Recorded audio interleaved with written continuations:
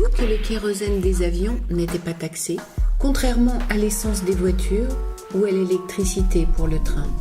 Sachant que chaque vol utilise plusieurs dizaines de tonnes de kérosène, et le kérosène est le carburant le plus polluant. En France, aucun avion n'est soumis à la taxe intérieure sur la consommation de produits énergétiques appelée TICPE.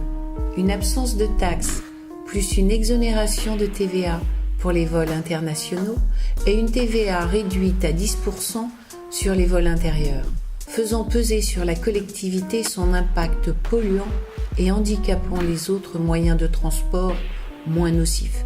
Pourquoi un tel privilège financier ? Mais pas uniquement.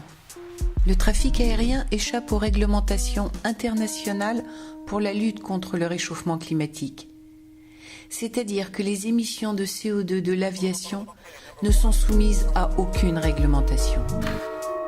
Les traînées des avions modifient le climat, renforcent l'effet de serre, forment un couvercle brumeux et conservent la chaleur.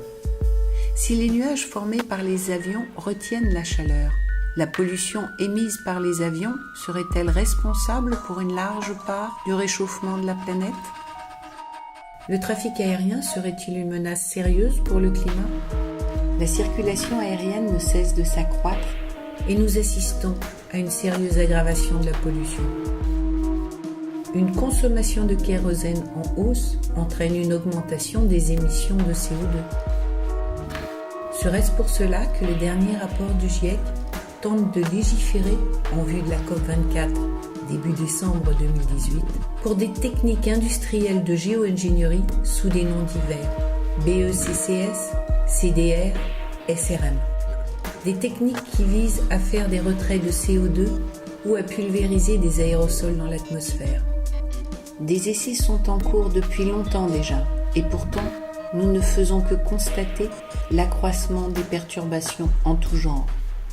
Dérèglement du cycle de l'eau, inondations, sécheresse, un couvercle de brume voile le soleil et crée un assombrissement global, ce qui nuit gravement aux récoltes.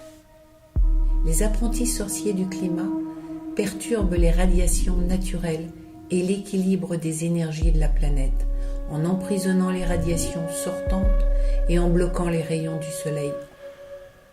Et le monde devient donc plus nuageux, plus sombre, plus extrême, mais surtout plus artificiel. Quid des effets secondaires sur notre santé ? Il y a urgence à ouvrir un débat citoyen, et cela dans l'intérêt sanitaire commun.